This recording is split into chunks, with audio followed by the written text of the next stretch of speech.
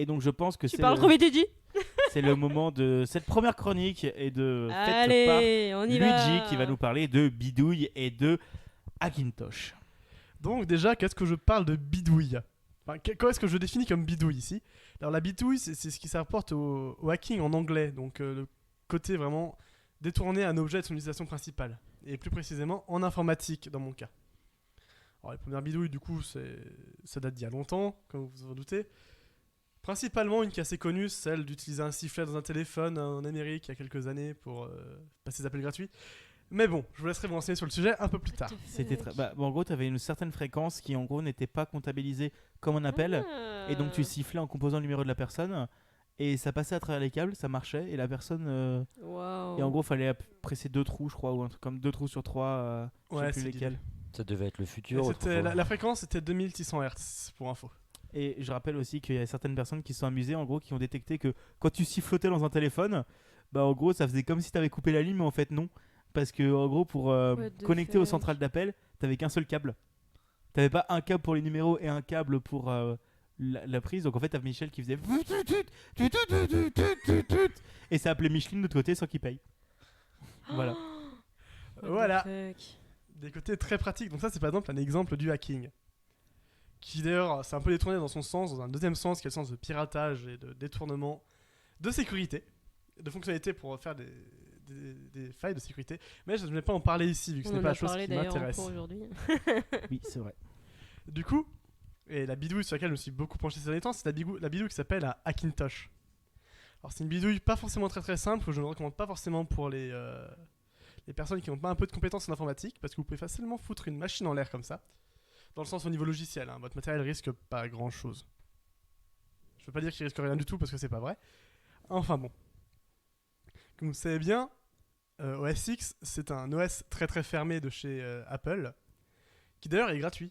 Si On vous le savez sait pas. tous, hein. Il est gratuit, ça? Ah, il est gratuit. Mais t'as pas le droit de l'installer si t'as pas un Mac. Effectivement. C'est dans les conditions Bon. d'utilisation. Il est gratuit, mais il coûte juste 1500 €, c'est un détail. Non, il est gratuit, mais c'est un service fourni avec le montage du PC, enfin le montage du Mac. Enfin bon, tout ça pour dire que ça passe par plusieurs couches, et du coup, au final, il faut installer manuellement les pilotes, etc., les patcher sur le noyau, ce n'est pas une affaire facile. Mais bon, j'aurais demandé un petit peu plus sur le hacking en général. Du coup, imaginons l'ordinateur que vous pouvez peut-être voir dans le champ. Bah, c'est un ordinateur qu'on utilise un peu détourné pour faire surtout un retour pour nous. Ce n'est pas vraiment du hacking vu qu'on peut le faire de base avec, mais imaginons, on branche un moteur sur la prise USB. Imaginons ce moteur, on l'utilise pour faire tourner le PC en fonction de qui parle, pour qu'il ait les notes devant ses yeux. Ce serait techniquement un petit peu du hacking. Si on prend un lecteur DVD par exemple, on le met dessus et on fait tourner le PC comme ça. Ce sera des seulement de lecteur DVD. Hélico PC. Il fait tourner trop vite. T'as Bah, le PC qui déconne. t'as Jules qui fait des signes ralentis et l'autre Du qui coup- accélère. Et du coup, voilà. N'oubliez pas, regardez la vidéo de l'Alconos, c'est toujours plus rigolo. Et du coup, imaginons, il y a peut-être quelque chose que vous connaissez beaucoup sur YouTube qui était assez à la mode il y a quelques temps, qui l'est encore un petit peu, c'est par exemple le Flopotron. C'est un orchestre de lecteurs floppy, de disques durs et d'autres matériels informatiques en tout genre. Le mot floppy, c'est vraiment le meilleur mot de l'univers quand même. Floppy. Enfin bref, et ça sert à Pour faire moi, de il y, la a le musique. mot GNU aussi qui a égalité. Le mot GNU, il est quand même vachement classe, le mot GNU. Ouais. Du coup, pour en revenir un petit peu à mon hacking, bah, en fait, ils ont détourné du coup tous ces appareils électroniques pour en faire de la musique. Et vous vous doutez bien que si un disque dur fait de la musique à la base, c'est pas forcément ce pourquoi il est prévu. On sait tous qu'un un disque dur, c'est absolument fait pour faire de l'orgue de barbarie. Exactement. Ou par exemple, certaines personnes qui ont détourné un Google Home pour tirer avec une arme à feu. C'est aussi techniquement du hacking. Quoi? Il y a aussi des gens qui ont détourné des Google Home pour faire chier leurs amis en mettant Despacito.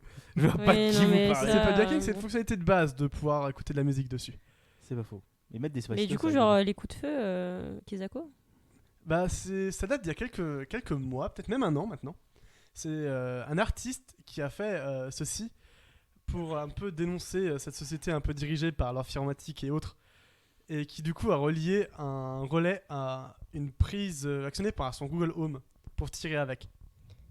Génial, mais ça ne servait donc à rien. Non, mais tu sais, c'est pour dénoncer le fait que les ordinateurs peuvent nous tirer dessus. C'est comme le photographe qui a pris des photos, mais en enlevant le téléphone pour montrer l'addiction. Mais ça, elles étaient bien. Genre, j'avais pas compris que.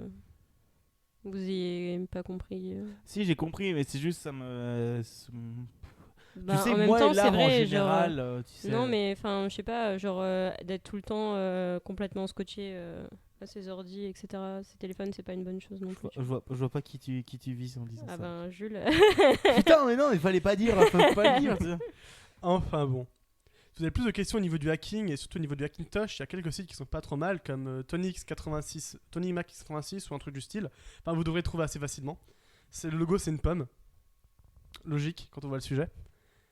Et sinon, voilà. Et je vais pas parler non plus de tout ce qui est prévu pour la bidouille. Attends, mais tu parlais de pommes. Mais ça tombe bien, vous saviez qu'il y a une semaine et demie, il y a Chirac Je le qui est sens mort mal. et qu'il aimait bien les pommes. Ouais, J'avais c'est raison de le ultra sentir important. mal. Pardon, je me retourne me coucher. Franchement, c'est choquant. Il y en a, il reste bloqué sur Rouen alors qu'il aimait les pommes, Chirac. Franchement, il aimait les pommes. Il y en a qui parlent de Hong Kong alors que Chirac aimait les pommes. Il paraît qu'une fois, il est allé à la pêche. Il paraît qu'une fois il est dans la Creuse. Il aimait pas genre les têtes de veau, un truc comme ça. S'il aimait tâter le cul des vaches au salon. Il paraît qu'on s'éloigne du sujet. Un petit peu. Ouf, ouf, ouf, ouf, sauvez-moi. On se demande pourquoi il n'y a pas grand monde sur le live. Et donc voilà, niveau. Peut-être parce qu'on n'est pas intéressant. C'est pas gentil. Attends de déranger Luigi. Continue ta chronique, Lydie. Et autre forme de hacking qu'on peut avoir, c'est par exemple utiliser un écran d'ordinateur pour transmettre des données. Oui, c'est possible, avec la lumière, etc. Tout ce qui est détournement d'utilisation de base, en fait, ça compte dans la bidouille. Et donc c'est un domaine qui est quand même très intéressant parce que c'est un peu tout ce qui est dans l'imaginaire qu'on peut avoir, toutes les idées qu'on peut avoir, pour faire des choses avec. Et je trouve ça assez sympathique. C'est quand même les gens qui cachent des fichiers zip dans des images, c'est de la bidouille. Également. Et c'est très drôle. Oui, voilà. Et je suis plus ou moins au bout de mon sujet parce que j'ai peur si vous avez des questions. Mais parlons un peu plus peut-être du Hackintosh, c'est quoi le principe, comment ça d'accord. marche et tout ça. Alors je vais rentrer un peu plus dans le détail du Hackintosh du coup. Alors le Hackintosh, le principe c'est de faire tourner OS X sur une machine qui n'est pas prévue pour. Alors mon Hackintosh était un petit peu compliqué vu que c'était sur une machine avec un AMD Ryzen qui n'est pas officiellement supporté par OS X. Du moins la version que j'ai installée qui était OS X High Sierra, donc la 10.13, sachant que maintenant on passe à Catalina qui est la 10.15. Alors, sachant que c'est possible que ce soir j'essaie aussi de l'installer sur mon PC qui est aussi sur un Ryzen, donc ça va être drôle. Je t'ai mâché 95% du travail, t'inquiète pas. Yes, trop bien. T'auras juste 2 commandes à taper dans le terminal. Tu me les envoies sur Discord? Tu te débrouilleras avec LS et les tabs, etc. Ok, bref. Je rappelle qu'on est un podcast d'information. Et non pas d'informatique. Un podcast pour tout le monde. Mais on Et parle du coup- d'info informatique, ça marche, paf. Infocom. Ah. Et du coup, je vais quand même résumer un petit peu les différentes étapes à l'installation de Hackintosh. 1. Pleurer. Étape 2. RM étoile. 1. Si vous voulez le faire d'une façon plus ou moins facile, trouver quelqu'un qui a déjà un Mac. C'est l'étape la plus compliquée. Je crois que pour faire un On a Hackintosh, t'es obligé d'avoir un personne. Mac de base, non? Normalement, Personne qui a des Ah, mails. ça a changé alors. il y a des moyens de le faire sans. Parle devant le micro par contre. D'accord. Voilà. Et du coup, D'accord, moi, vu Yvan. que je n'ai pas de Mac, j'ai simplement utilisé une machine virtuelle. Aucun lien ne sera d'ailleurs fourni parce que vous devez aller tout chercher par vous-même. Je suis bien content d'avoir la clé. On ne va pas partager des liens pirates aussi. C'est ça. Parce que Non, c'est mais- pas très gentil. Alors, juste pour situer les personnes qui ne connaissent pas le principe d'une machine virtuelle, ça n'a rien d'illégal à la base, une machine C'est ça. virtuelle. C'est en gros, c'est un logiciel qui va créer une C'est un machine mini virtuelle. ordinateur dans votre ordinateur. C'est Voilà, ça. point. Ça permet de créer, par exemple, De si créer vous un êtes sur- ordinateur dans votre ordinateur. c'est Voilà, en gros- point. Mais putain, en gros, t'es C'est pas sûr. dans Mais les Jules, on points. a déjà résumé le truc en fait. Tu peux pas vulgariser. Mais plus j'allais que donner ça. un exemple. Pourquoi Micheline, 56 ans, on aurait besoin. Elle, on n'aura pas besoin. Mais je voulais expliquer quand même un Bah, exemple. imaginons, il y a Michine, 56 ans, qui télécharge un logiciel dont elle n'est pas sûre. Elle l'a trouvé sur ce logiciel des pasinvirus.com. Et du coup, elle veut l'essayer parce qu'elle est assez Non mais ça intelligente. c'est trop, ça c'est pas assez cramé. C'est télécharger mon logiciel, je suis très sécurisé. .exe, .jar, .txt, .zip. / Voilà. on vous vole votre thune. Et du coup, vu qu'elle est pas très bête quand même, elle va le mettre dans une machine virtuelle pour tester ses effets. Et du coup, elle va voir qu'en fait, c'est un virus, elle va pas passer sur son ordinateur. Mais aucune mamie ne fait ça en fait. Non, mais en gros, Là, tu parles à une mamie qui en a fait gros, de si l'info vous toute êtes un sa vie. minimum développeur et que vous avez envie d'avoir un Linux sur votre Windows, parce que parfois, souvent, Linux est mieux fichu en tant que développeur C'est que surtout Windows. qu'on en a WSL. besoin pour certaines choses. C'est tu peux surtout pas entre tout autres pour faire, faire du C, entre autres. D'ailleurs, tu viens de me relancer sur un autre sujet de hacking qui était le hacking de WSL et du DBus. Plus tard. Mais ça, Putain, ce sera restons sur pour le Hackintosh quand même. une Voilà, autre fois. bref, le Hackintosh. Le Hackintosh, une particularité de OS X, c'est qu'il démarre pas sur nos simples BIOS à nous comme on a sur nos ordinateurs. C'est qu'il y a besoin d'avoir un bootloader différent. Alors ce bootloader va être émulé par un logiciel qui s'appelle Clover en général, où il y a aussi Chameleon qui existe. Mais Clover est très bien foutu, il est joli, on peut mettre des thèmes et tout, c'est très fantastique. C'est très Je vous conseille même de l'utiliser si vous n'utilisez pas forcément OS X parce qu'il est beaucoup mieux foutu que Grub. Genre vraiment mieux foutu. Déjà on peut utiliser la souris. Alors Grub, si jamais, c'est un logiciel qui va être installé par défaut C'est par un Linux, amorceur par de Linux, démarrage. et ça vous permet de, quand vous lancez votre PC, de dire ah mais tiens, je vais aller sous Windows, ah mais tiens, je vais aller sous Linux. Ah Voilà, mais tiens, je veux prendre ce noyau là et pas celui-là. Voilà, des choses comme ça. Enfin, il est un peu mieux foutu, il fonctionne très très bien. Et la deuxième chose que fait Clover, c'est qu'il va patcher le noyau. Alors le noyau, c'est la liaison entre le matériel et le logiciel pour simplifier. Et du coup, il va mettre entre guillemets les pilotes de vos appareils dedans. C'est une étape indispensable parce que bien sûr, vous n'aurez pas du matériel de Apple, donc vos matériels ne fonctionnera pas forcément correctement. N'est-ce pas, les cartes contrôleurs Intel Wi-Fi? Non, je n'ai pas du tout passé 8 heures à m'occuper de cette carte sans y arriver. Oh, je t'ai pensé ça ce soir, moi, du coup. Mais je sais mâcher le travail, comme dit.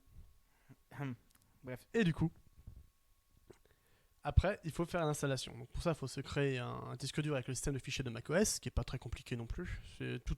Vous avez juste utilisé l'utilitaire de disque, par exemple, comme si vous voulez formater une clé USB, mais là vous le faites pour un disque dur. Tout est très simple et à la portée de tout le monde, même d'un enfant de 3 Yes. ans. Absolument pas. De 3 ans, je ne pense pas, mais je pense qu'à partir de 7 ans, c'est largement faisable. Quoi? Ok, Jules, si tu n'y arrives pas ce soir, en moins de 2 heures, tu vaudras moins qu'un gosse de 3 autant ans. les parties compliquées de récupération des textes et autres trucs dans le genre, c'est vrai qu'un gamin de 7 ans n'y arriverait pas forcément. Tu penses? Mais après, pour tout ce qui est Ah installation, une fois que le travail est pré-mâché, aussi bien qu'une maman Oui, oiseau oui. pour ses oisillons, Mais ça passe très bien.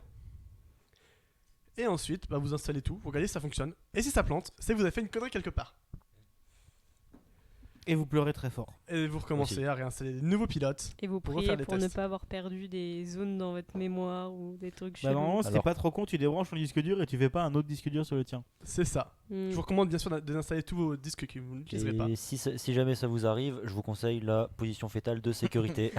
Petite précision, je vous conseille d'avoir une prise Ethernet à disposition pour brancher votre ordinateur, car les cartes Wi-Fi ne sont très rarement reconnues. Et je D'accord. recommande les cartes Génial. Wi-Fi Broadcom et non Intel, parce que Intel c'est un peu galère de les faire fonctionner, parce qu'il faut porter les pilotes depuis Linux vers macOS. Ce qui est très casse-pied. Tu m'étonnes. Si vous avez des questions spéciales par rapport au Hackintosh Et donc après, t'as toutes les fonctionnalités d'un Mac classique sur ton Windows en fait. Exactement. Bah sur un Windows, sur le PC du coup. Oui, sur ton PC, mais t'as toutes les fonctionnalités d'un C'est Mac ça. classique.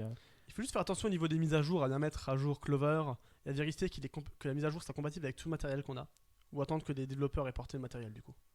Ce qui est assez long, je pense. Donc, ah non, Catalina est déjà porté alors qu'il n'est pas encore sorti sur tous les Macs, il est déjà porté pour les Ryzen.